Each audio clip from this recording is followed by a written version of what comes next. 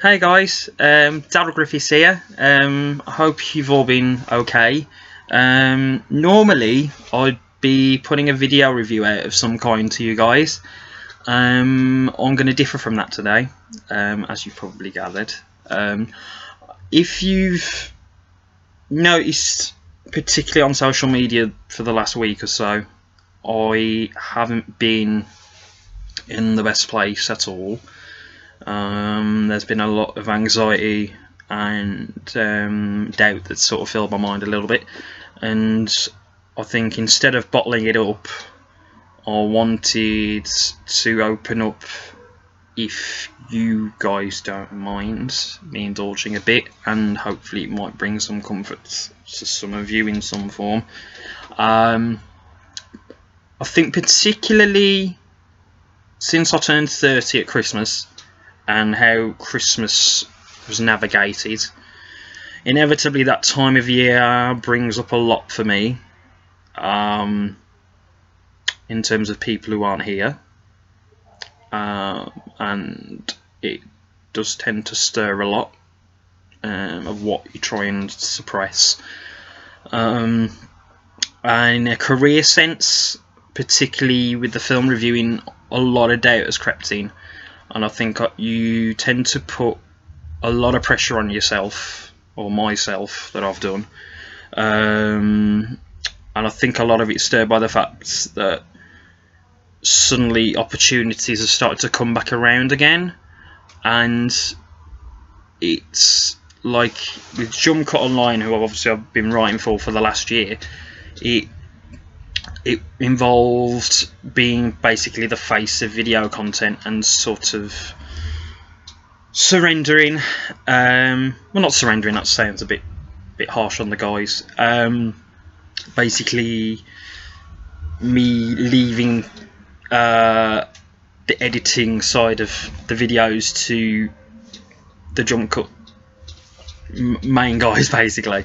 Because I mean, if people have ever wondered why I don't do edits much on these things, a lot of it is because of being so self-conscious, and it does, as much as I find this quite cathartic, the idea of somebody else editing me and sort of surrendering that sort of control does terrify me deeply. And in terms of a writing sense, I see what other guys, and women of course, put out there, and I think there is a particular case in film Twitter that we do compare and contrast each other a lot, and I think the amount of pressure that we put on our shoulders weighs heavy, and the mental ramifications I think people do take for granted, especially if you feel as passionate about the subject matter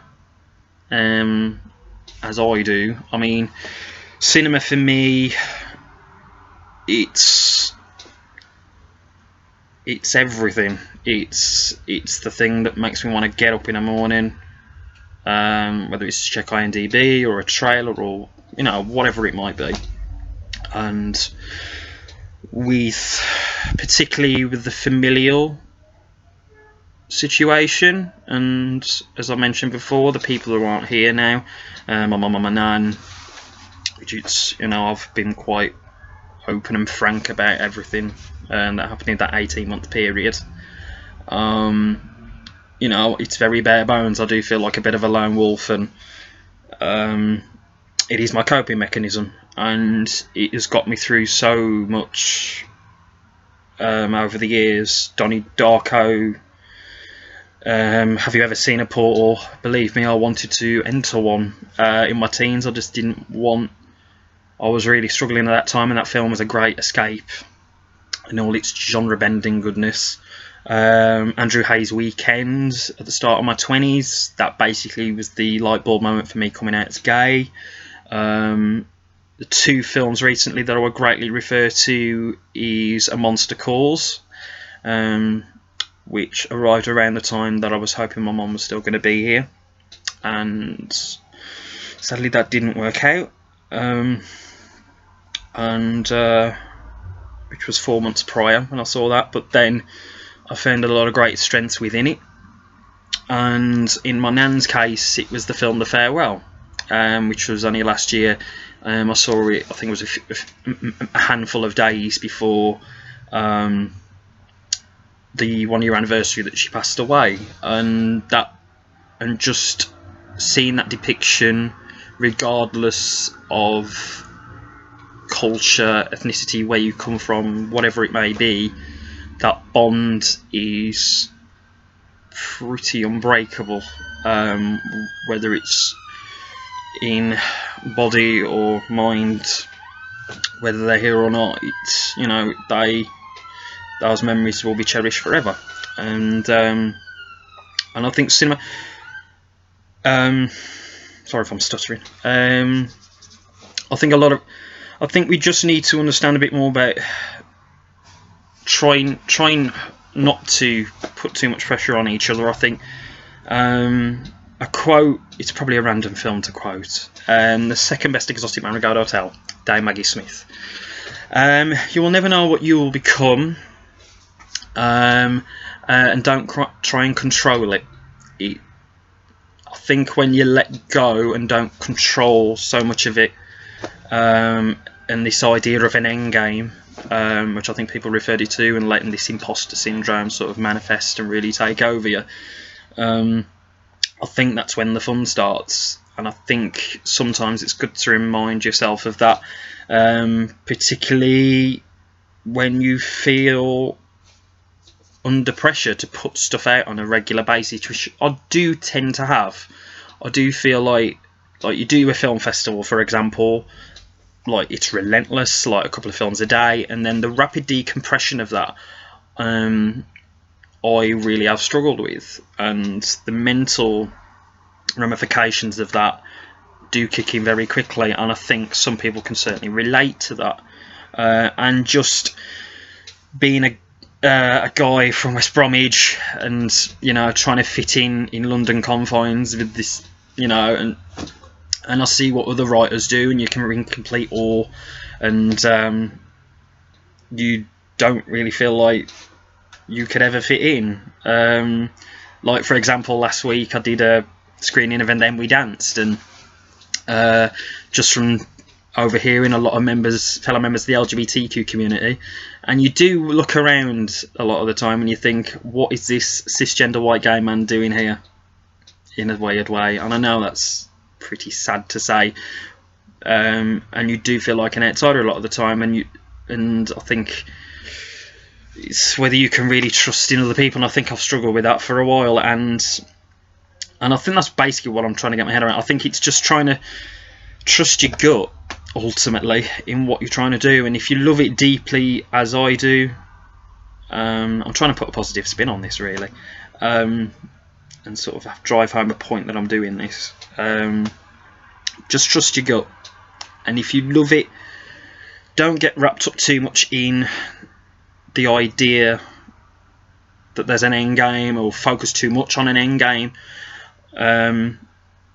Just take every opportunity as it comes. I think they're all there for particular reasons, and I think it does aid you in some way in the long run. Some paths are longer than others. Geographically, we're all over the place, and we all find our safe place in the end. And I think that's why London's so dear to me, because I think politically, I look at where I'm at home and here, and I do feel quite isolated, and I don't feel like many people get me up here. And when I go down to London and I see a lot of you, and I do put a lot of pressure to be down there permanently. And I think a lot of people do, but I think that's a lot of that has to do with the film industry in general. It's so centred around London a lot of the time, and trying to branch that out, I think, particularly because of how we all, just in Jumcut's case, like a lot of them are based in Sheffield. I'm based up here in Birmingham or Wolverhampton in terms of a work capacity, and it's just trying to branch it out and find a solidarity or a togetherness between us all, and trying to figure everything out, and basically it's probably what I'm trying to push, really. I hope that this hasn't just been a load of rambling. and someone's found some sort of comfort or relatability towards it. But I did feel obligated to talk, because it's been a rough time, and writing has always been my catharsis, and I don't know when I'm going to get back to it. I will find a way. I think just indulging in various films and roundtable interviews on YouTube in the last few days has revitalised me in some way, and just trying to garner more knowledge in a way that brings me some level of comfort that I can actually do this to a level that I feel comfortable with. And I think we all feel that pressure, in just trying to put out the best we can, and a lot of the time we don't necessarily feel good enough, and we all do seek a level of validation to a degree, and it's just trusting your gut and trusting in your unique voice and your perspective, because it was all unique in some way. There's always going to be some distinctive qualities to yourself that somebody else doesn't have, and I think it's just recognising that in each other, and just supporting and elevating those voices as best we can. But I'm going to shut up now because I feel like I'm just going to waffle on, and you don't need that. I'm already at 11 minutes looking at the time here, so I'm just going to shut it off for now. It's good reconnecting with you all, because I have been a bit distant and I haven't really spoken much to everybody. I do appreciate the messages of support, and hopefully as the days go by I'll feel a little better, and I hope your New Year's respectively have got off to a really strong start and you're enjoying various films that are going on at the moment. But for now, I've been Darryl. Take care of yourselves, good mental health, and I know for all my troubles, if you're ever feeling a bit iffy and a bit down in the dumps, I'm only a message away. So much love, and hopefully chat to you soon. See you later.